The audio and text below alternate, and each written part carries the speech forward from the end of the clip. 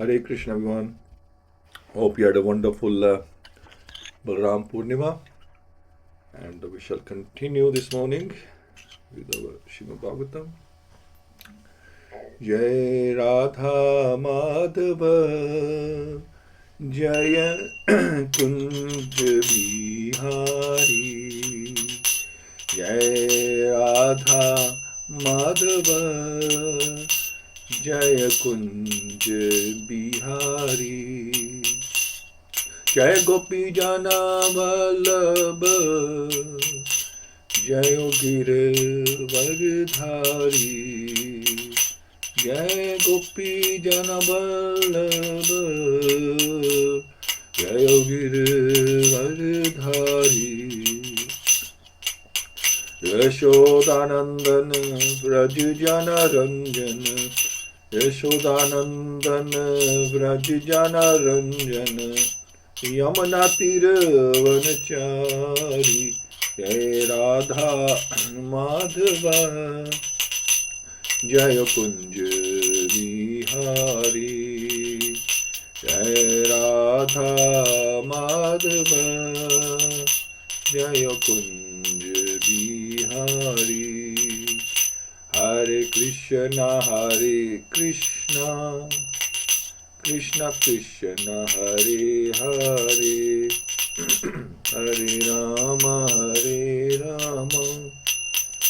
Rama Rama Hare Hare Hare Krishna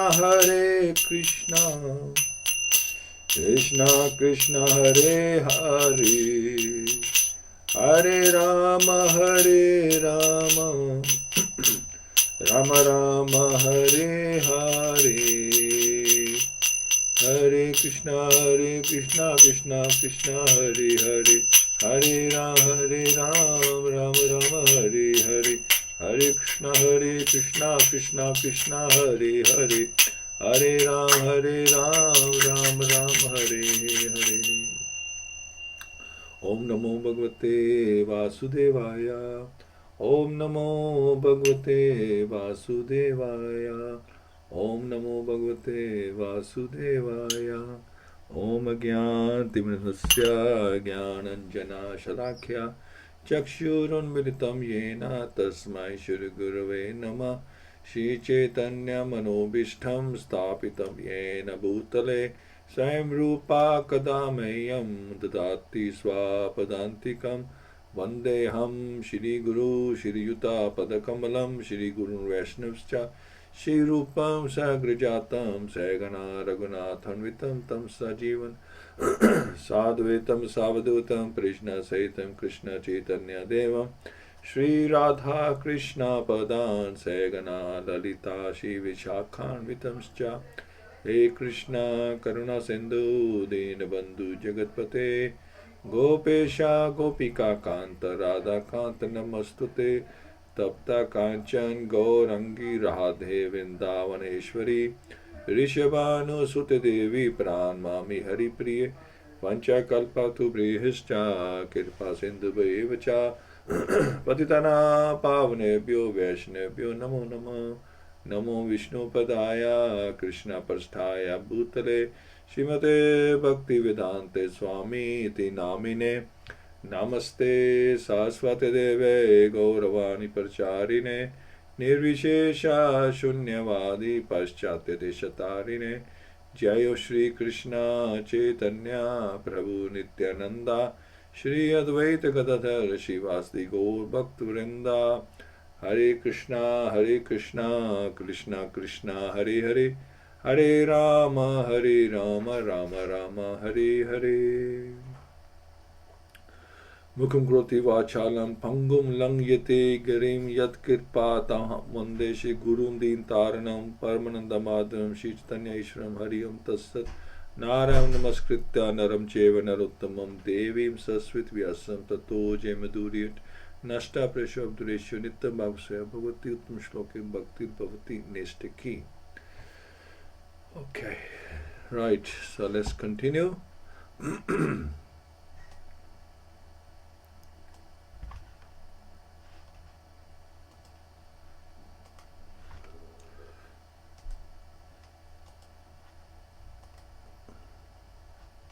Excuse me. Right, just want to look what we did last time, or what we discussed last time. So we can go into that.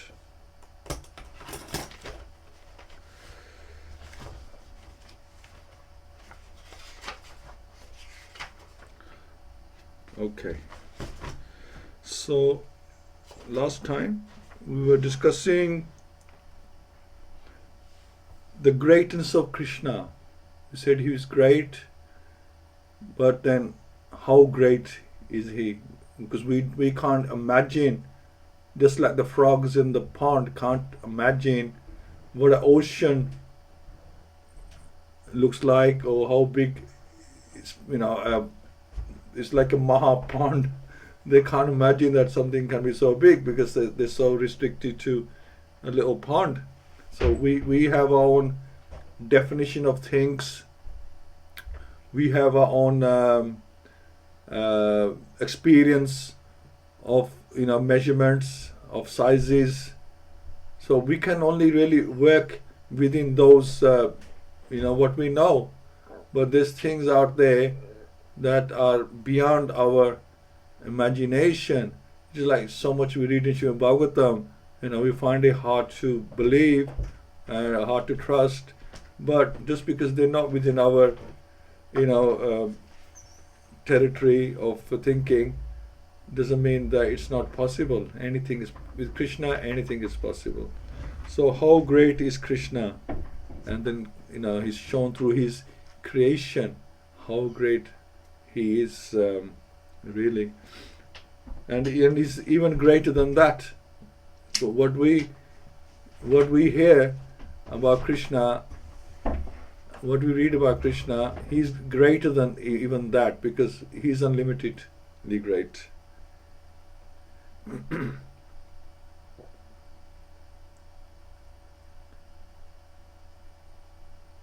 Yeah, so that should be okay.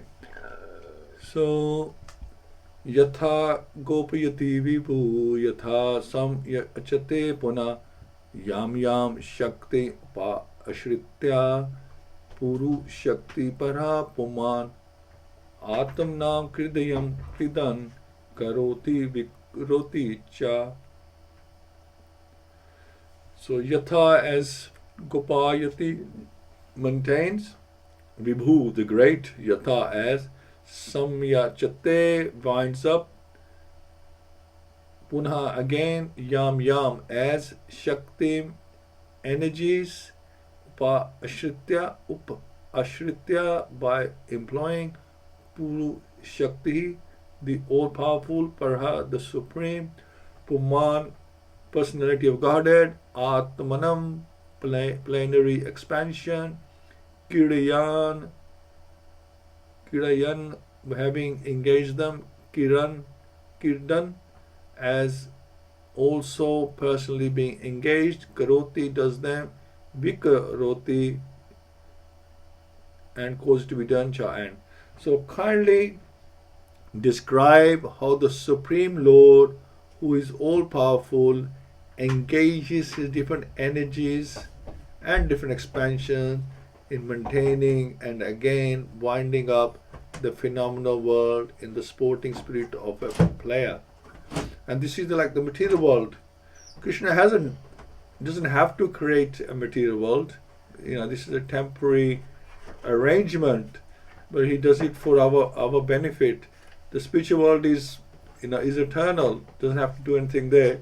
That's always there. But this material world, it's created, winded up, created, winded up. This cyclic process goes on.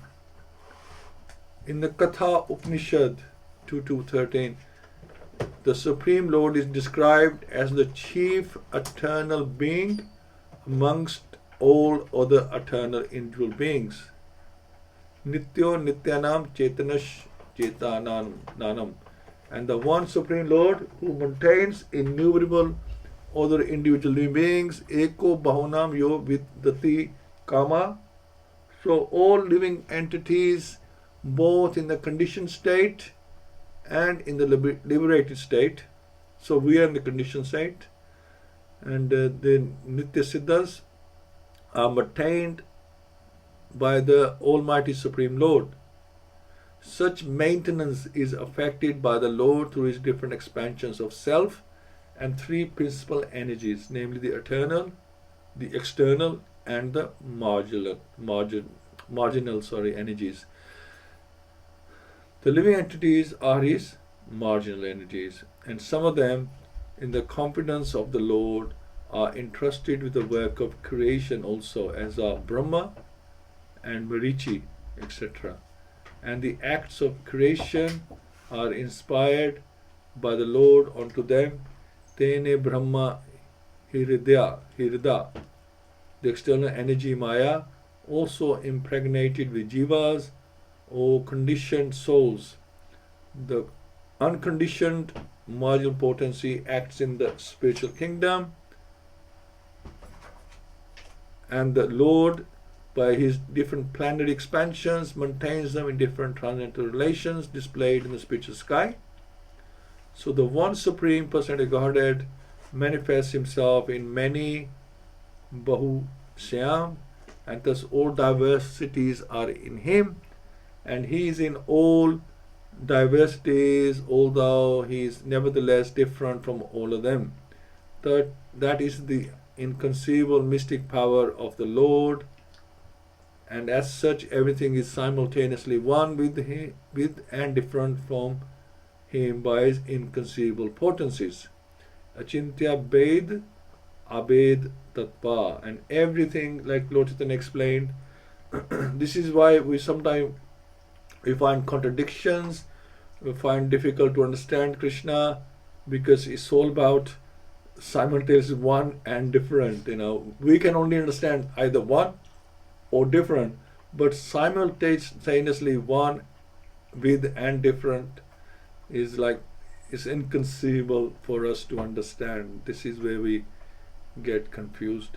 And also it's mentioned Brahma Mirichi, sage Mirichi, son of Brahma. He had 6 sons, and just very quickly, so when Lord Brahma, he was chasing after the daughter he had created, these sons, these 6 sons, they actually laughed. Oh, it's like what's going on? What's he doing? Going crazy. So they laughed at him, laughed at Lord Brahma, and then they were cursed. And then there's the 6 Vasus and like that in Krishna Leela. So that's went on to that. Okay, so this is 7. So in Bhagavad-Gita, when Krishna says, "I am in everything, yet I am not in everything," so this is the contradiction. I am in everything, I am not in everything, and everything is not in me. When people hear these statements, they become confused because they don't understand all the Krishna's potencies. So when Krishna says, "I am in everything," he's speaking about a certain potency. When he says, "I'm not in everything," he's talking about another potency. So when he says, "I'm in everything," he's talking about obviously the super soul who's in everything. And then himself, he's aloof from everything.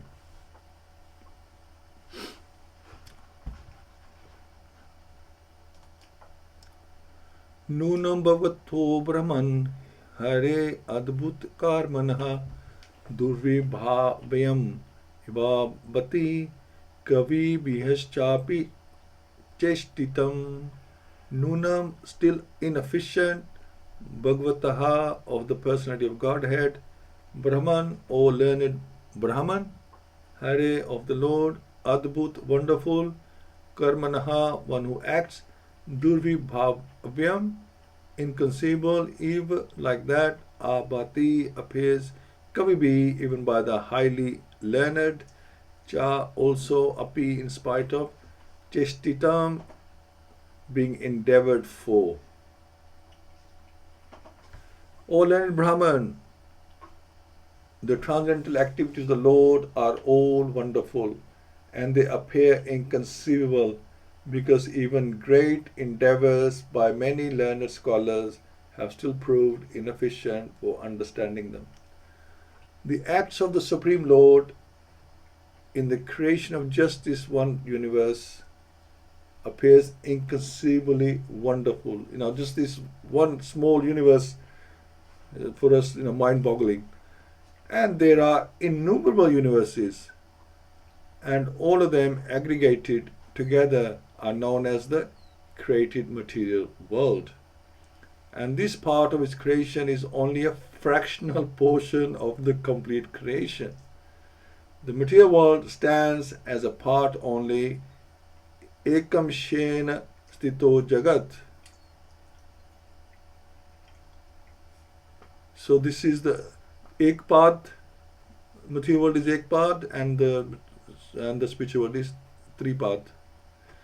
Supposing that the material world is a display of one part of its energy, the remaining three parts consist of Vaikuntha Jagat, or spiritual world described in the Bhagavad-Gita, or Mad Dham, or Sanatan Dham, or the eternal world.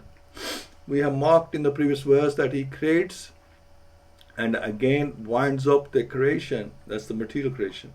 This action is applicable only in the material world, because the other greater part of the creation, namely the Vaikuntha world, is neither created nor annihilated. Otherwise, the Vaikuntha Dham would not have been called eternal. The Lord exists with his Dham, or in other words, with his eternal name, qualities, pastime, entourage, and personality, which are all a display of his different energies and expansions.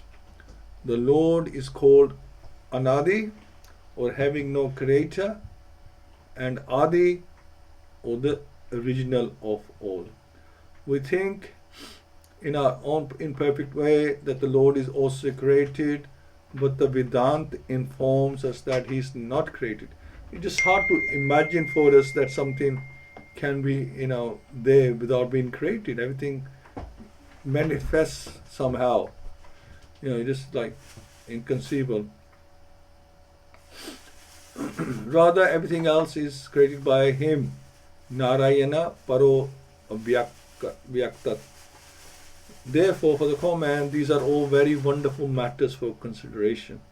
Even for great scholars, they are inconceivable, and thus such scholars present theories contradictory to one another, even for this insignificant part of its creation.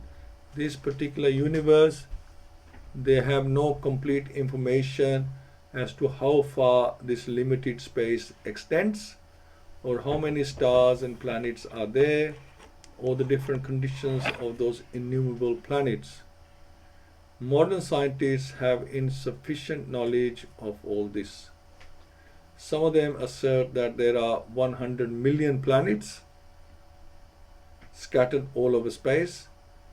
In a news release from Moscow dated the 21st of Feb 60, the following piece of knowledge was relayed. So, Russia's well-known professor of astronomy, Boris Voronotsov-Vilyaminov, said that there must be an infinite number of planets in the universe inhabited by beings endowed with reason. It could be that the life similar to that on Earth flourishes on such planets. So, Doctor of Chemistry Nikolai Zirov, covering the problem of atmosphere on other planets, pointed out that the organism of a Martian, for instance, could very well adapt itself to normal existence with a low body temperature. He said that he felt that the gaseous composition of Martian atmosphere was quite suitable to sustain life of beings which have become adapted to it. And this adaptability of an organism to different varieties of planets is described in the Brahma Samhita as Vibhuti Bhinanam, i.e. each and every one of the innumerable planets within the universe is endowed with a particular type of atmosphere. And the living beings there are more perfectly advanced in science and psychology because of a better atmosphere.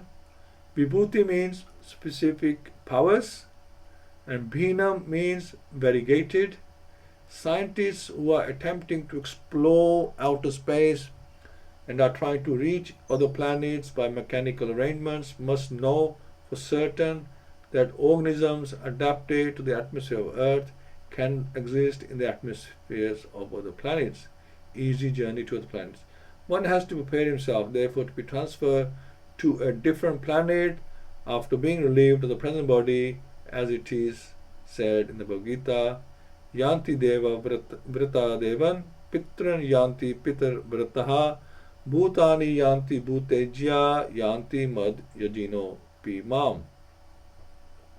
So those who worship the demigods will take birth among the demigods.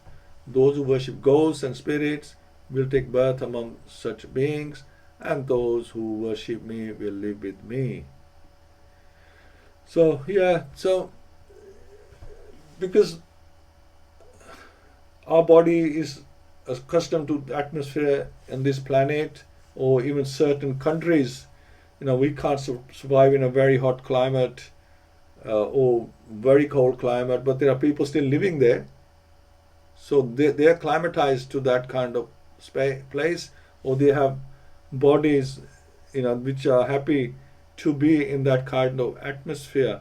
And similarly with other planets, they have bodies which are suitable for that particular planet's atmosphere. Srila Prabhupada also mentioned that there's entity living in the sun because they have those bodies, fireproof bodies and heat-proof bodies, and they don't have problem living inside the fire. So like that. So Maharaj Parikshit's statement regarding the workings of the creative energy of the Lord discloses that he knew everything of the process of creation. Why then did he ask Shukadeva Goswami for such information? Maharaj Parikshit, being a great emperor, a descendant of the Pandavas and a great devotee of Lord Krishna, was quite able to know considerably about the creation of the world, but that much knowledge was not sufficient. He said, therefore, that even greatly learned scholars fail to know about that, even after great effort. The Lord is unlimited, and His activities are also unfathomed. With a limited source of knowledge and with imperfect senses, any living being up to the standard of Brahmaji, the highest perfect living being within the universe, can never imagine knowing about the unlimited. We can know something of the unlimited when it is explained by the unlimited, as has been done by the Lord Himself in the unique statements of Bhagavad-Gita, and it can also be known to some extent from realized souls like Shukadeva Goswami, who learned it from Vyasadeva, a disciple of Narad, and thus the perfect knowledge can descend by the chain of disciplic succession only, and not by any form of experimental knowledge, old or modern. And this knowledge we're talking about, even like I said, even on this planet, Krishna has created variety. There are entities living in the water, right? We can't freezing cold water or in the sea, living underwater. We can't imagine. We just thought there was like only one type of entity, just like us.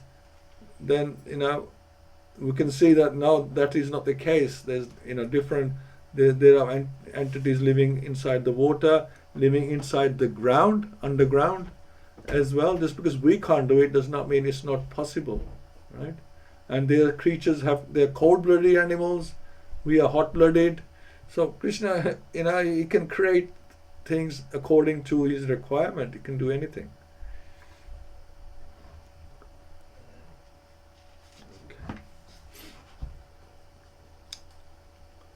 Yatha gunamastu prakte yugpat karmasho piva divarti buri shastu ekha kurvan karmani jana bahi. So yatha, as they are, gunan, the modes of tu, but prakrithe, of the material energy, yugpat, simultaneously, karmashaha, gradually, api also va, either, pibharti, maintains, buri shaha, many forms, tu, but ekha, the supreme one, kurvan, acting, karmani, activities, janma, by incarnation. So the supreme personality Godhead is one, whether he alone acts with the modes of material nature, or simultaneously expands in many forms, or expands consecutively to direct the modes of nature. Okay.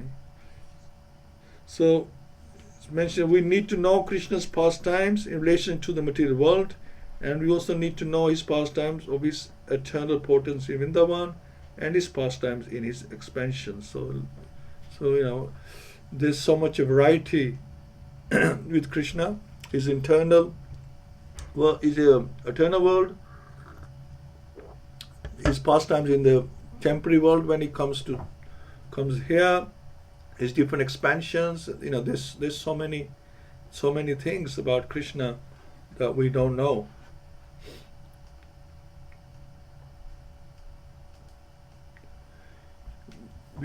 Vichikitasitam etan me bravitu Bhagavan yatha shabde barmani nishnatha parasmimscha bhavan khalu. So vichikitasitam, doubtful inquiry, etat this may of me bravitu, just clear up, Bhagwan, powerful like the Lord, yatha, as much as, Shabade, sound transcendental, Brahmani, Vedic literature, Nishnatha, fully realized, Parasmin, in transcendence, also, Bhavan, your good self, Khalu, as a matter of fact. So kindly clear up all these doubtful inquiries, because you are not only vastly learned in the Vedic literatures and self-realized in transcendence, but are also a great devotee of the Lord and are therefore as good as the personality of Godhead. So just being learned or just being self-realized is not enough. You need to be a great devotee of the Lord as well.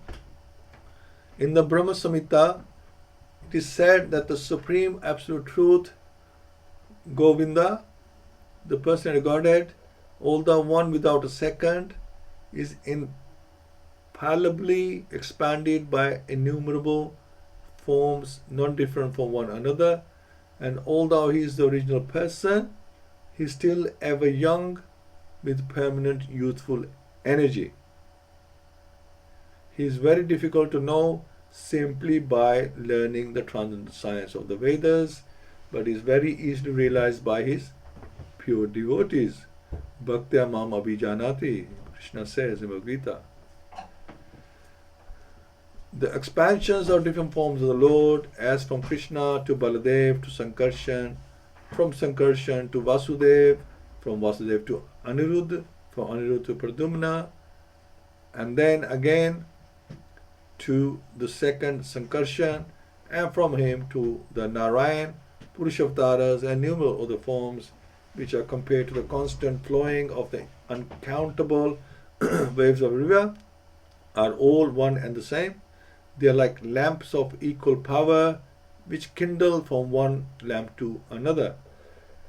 That's how it's described. The expansions, they are similar in power, just like you light candle from another candle will give the same, the same size candles will give the same power.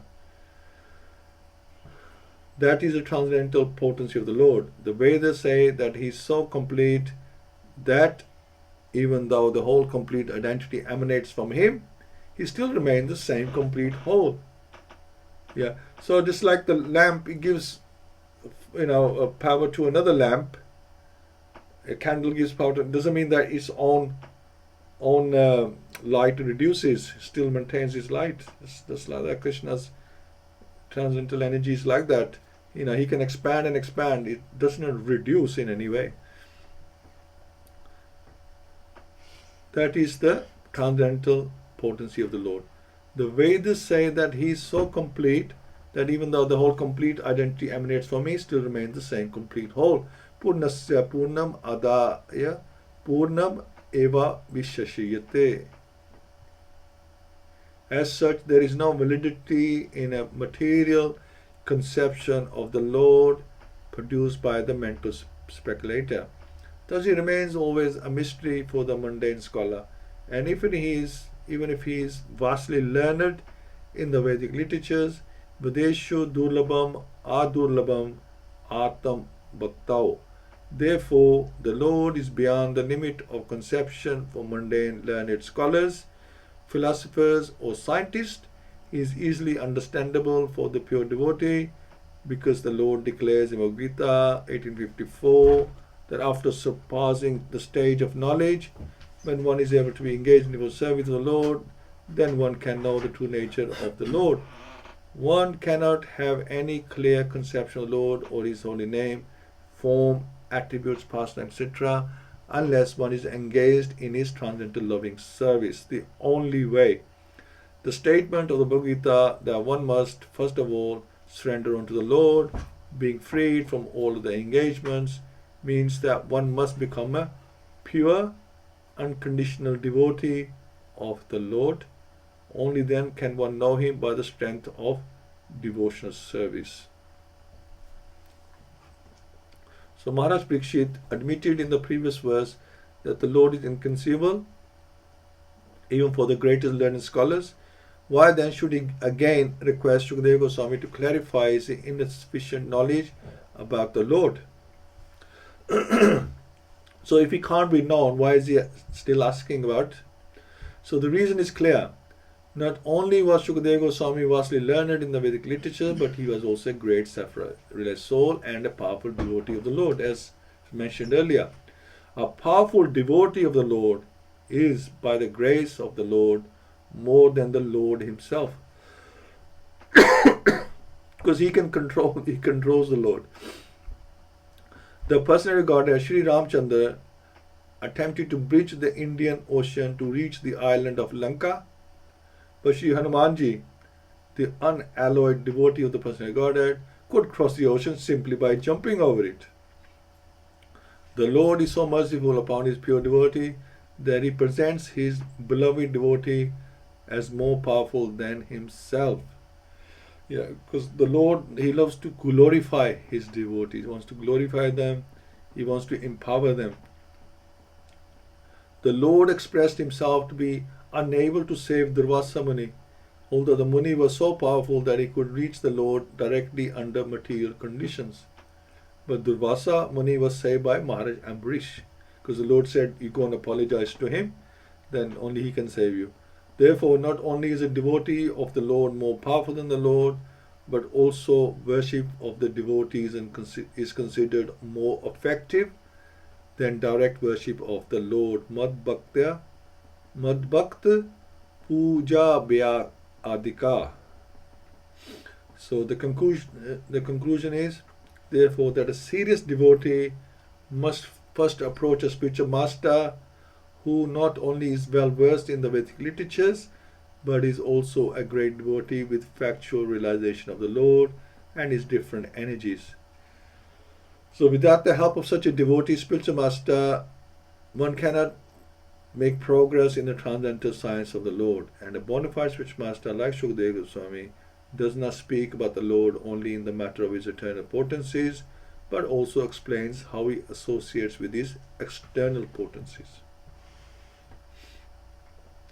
The Lord's pastimes in the eternal potency are displayed in His activities in Vrindavan, but the working of His external potency are directed in His features of Karana Avashyai Vishnu, Garbho Dakshyai Vishnu, and Shiro Dakshyai Vishnu.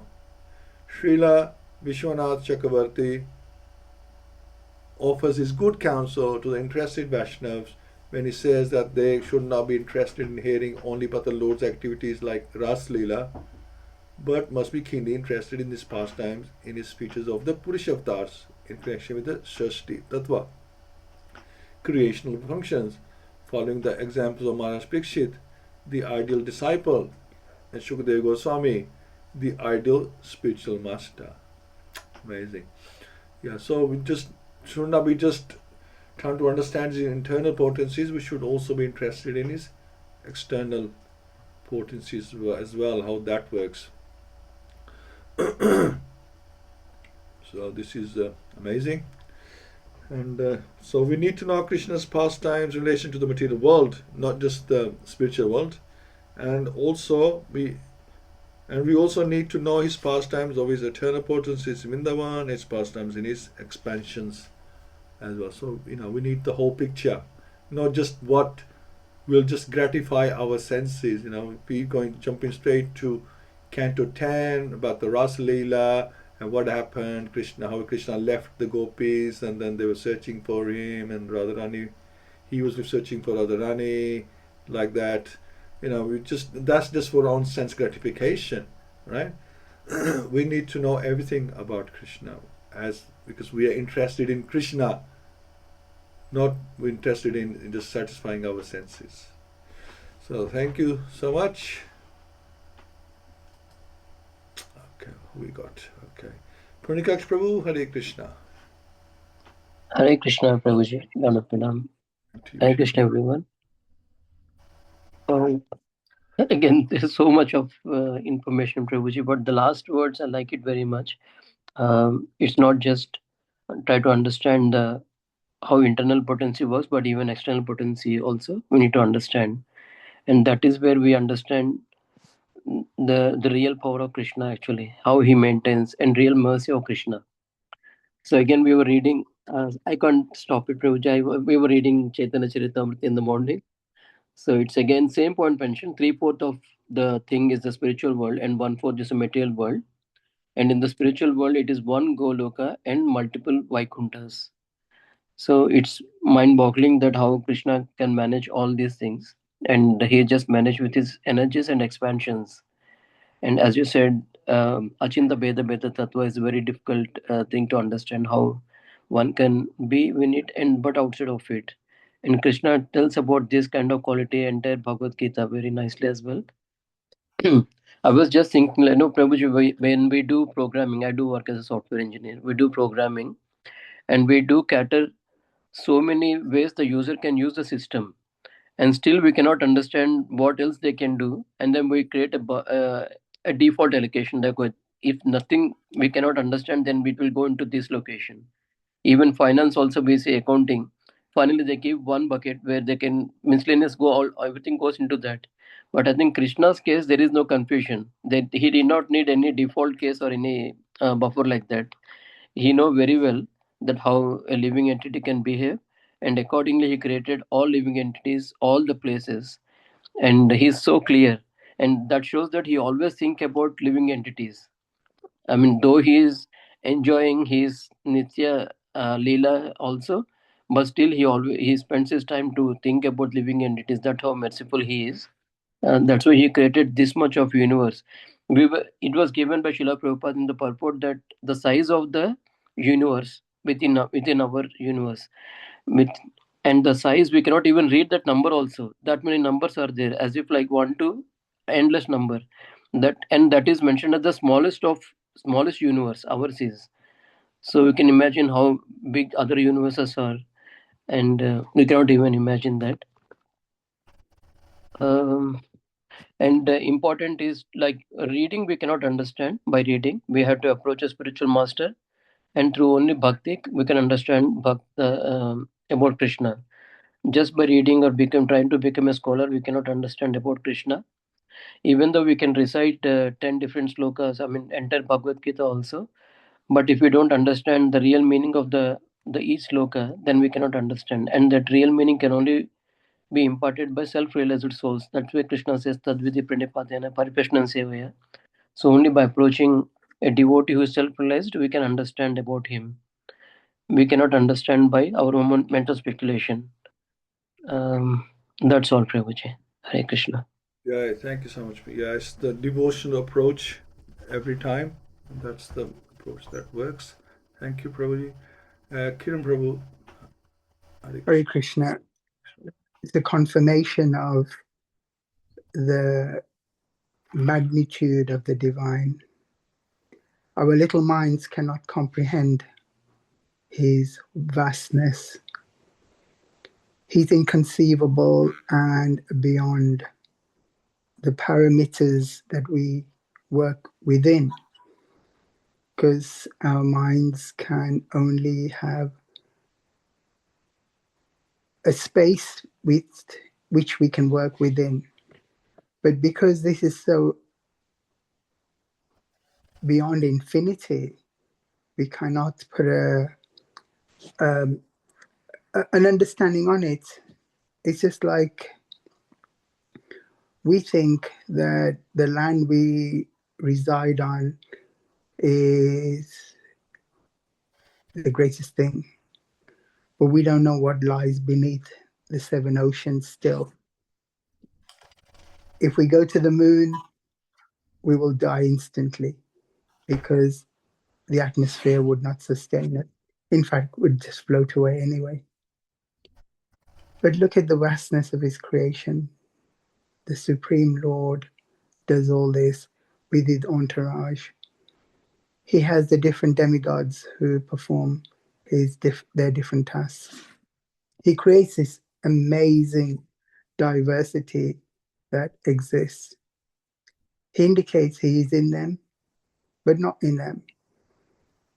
He is everywhere, and where is he not? And hence, no blade of grass moves without his will. He is beyond time, space, and understanding. And hence, only the pure devotee who then engages in the understanding of the Shastras, the Gita, the Bhagavatam, the CC, the Vedas, will understand and realize that there are many multiverses. We're just a part of a small domain. The worldly scholars think they know it all, the scholars of science, arts, and literature. But little do they realize is their awareness and knowledge is very, very, very minute and limited. And hence the Gyanis of this world, even the Gyanis of the Shastras, Gyan on its own is not sufficient. Having the knowledge is useful, but having the bhakti and the devotion will attract the Lord to you. He will become submissive to his devotees. What spiritual practice gives that? Where the Lord becomes submissive to the devotee. Amazing, amazing scriptures we have. Hare Krishna. Hare Krishna. Thank you. Thank you so much, Prabhu. Okay, so we'll go straight to Vijay Prabhu. Hare Krishna. Hare Krishna, Prabhuji. Hare Krishna, everyone. Hare Krishna. Yes, it's quite interesting, so much information there, and it comes down to concepts which we sometimes forget or sometimes surprise us. I was thinking that how Krishna can make his devotee more than himself is so incredible. But it made me think that sometimes, with grandchildren, you can pretend that, oh, I can't do this, I can't open this box. And you ask the grandchild to see if you can do it. And then when they can, and you pretend that, oh, you're more than me, you're stronger than me, and so on. And it pleases the grandchild so much. And I thought, in a way, Krishna's playing with us in a way like that. But actually, I think he means it as well, because he is bestowing upon the devotee the power that he can become more effective if people worship him than people worship the Lord himself. So that's I find that so incredible and amazing fact. It's quite astounding. Hare Krishna. Hare Krishna. Yeah, I mean, this is the Lord's way of interacting with his devotees, and this is why we have Śrīmad-Bhāgavatam, because it's full of that those interactions with his devotees. We have, like mentioned, Ambrish Maharaj, and there's Arjun and Bhisham Pitama for sure, right? And so many of the kings, and Krishna, he even said to Arjuna, look, look, I've done it already. You just go and, just pretend to do this and get the glory. Otherwise, it's been done anyway. Don't worry about it. It's not going to be difficult for you. If the job's already done. So like he wants them to be glorified. He wants to keep them. Otherwise, sometimes, well, the devotees don't think like that, but most of us think, what is in it for me? Why am I doing this? What do I gain? Although devotees don't think like that, but Krishna, he wants to give them something. So they he wants to reward them. Ye yathamam prapadante. He wants to reward them for the surrender. So yeah, so wonderful. Mataji, Hare Krishna. Srita Mataji. Hare Krishna, Prabhuji. Hare Krishna, everyone. Yeah, it's just mentioning about this Supreme Personality of God has had like different types of energies, like internal, external, or marginal. But jivas are considered marginal energies of the Lord. And Lord looks after everyone, everybody. And in this text, it's like explaining about Lord's activities are wonderful and often is appear beyond our human understanding. Like we don't understand how much Lord's giving us. And Lord always choose one. Lord is one, and he can choose act in different ways with more like modes of material natures. And like Lord's pastimes in Vrindavan, it shows us like both internal and external activities of the Lord are very important. So we should know about leelas, like pastimes going on. So we should read more and more and understand. That's it. That's all from me, probably. Thank you so much. Absolutely. Yeah, we've got to understand the whole picture, not just what we want to learn. That's very good. Okay. Right. So Ajay Prabhu. Hare Krishna. Krishna. These verses are spreading nicely how Krishna is unlimited, and that's why we should always take heed that there's always something, as George explained, there's something new to learn. It's always like bhakti never fresh that for that reason. There's never a sense that you've understood everything, completely, or there's no variety left, or there's you've got to come to the point where the joy will end. That's not the case with bhakti. There's always something more there, something not only to appreciate but to look forward to as well. And that's what makes bhakti so special, because Krishna is always good. He's always ensuring that his devotees are always given a new reason to celebrate. So, if you had Balaram Jayanti, this is the Lord showing a different mood, Buddha himself.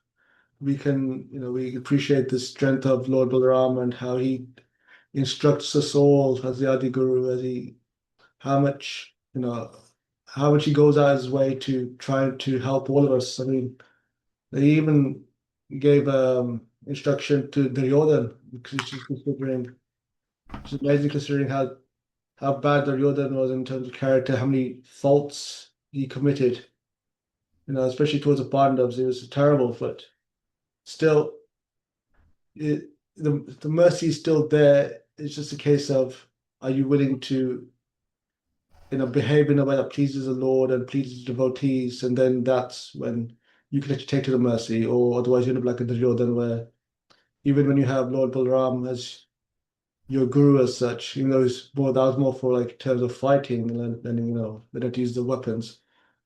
Still, you're not, the mercy is not there completely, because the fence is towards the pure devotees. That's the thing. The knowledge is there, the joy is there, everything's there. We just have to just keep following the process, because the process is there for our benefit, and we can't forget that. So Krishna is amazing. there's never anything, there's never anything lacking, and that's why you see the devotees, especially so you see them at Rath Yatra or whatever festival, they're so full of joy because there's always something new to enthuse them. And yeah, so Śrīmad-Bhāgavatam is just like that as well. There's always something new to learn, something new to appreciate, something new to enthuse you. So yeah, that's the greatness of this bhakti movement. Hare Krishna. Hare Krishna. Thank you so much. Radharani? Hare Krishna, everyone. My pranams to all of you. Hope you had a lovely Balram Jayanti, and also happy Raksha Bandhan to everyone. And who is our utmost Rakshak? We offer the Rakhis, the Raksha Kavach to Lord. He is our ultimate savior, and these festivals, they actually depict his mercy, how he cares about us, and we just do this little playtime, the role modeling in these festivals. And it's so nice that the Lord has created everything for us according to our desires. So somebody must have desired to be very, very rich. They have been endowed with the riches in this life, and somebody must have desired to know more about Lord. They have been showed the bhakti marg. And this amazing thing, these verses tell us that it's all Lord's cheshta, it's all Lord's activity. What we are able to see, and there is more which we cannot see because we haven't got those eyes, we haven't got those chakshus. And yes, the size of the spiritual world, it's mind-boggling. We get just mind-boggled by just seeing a little bit around us. And yes, the unlimited explains the unlimitedness in the Bhagavad-Gita to Arjun, and we understand. And in Śrīmad-Bhāgavatam, we understand that each and every different, the associates, how they interacted with Lord.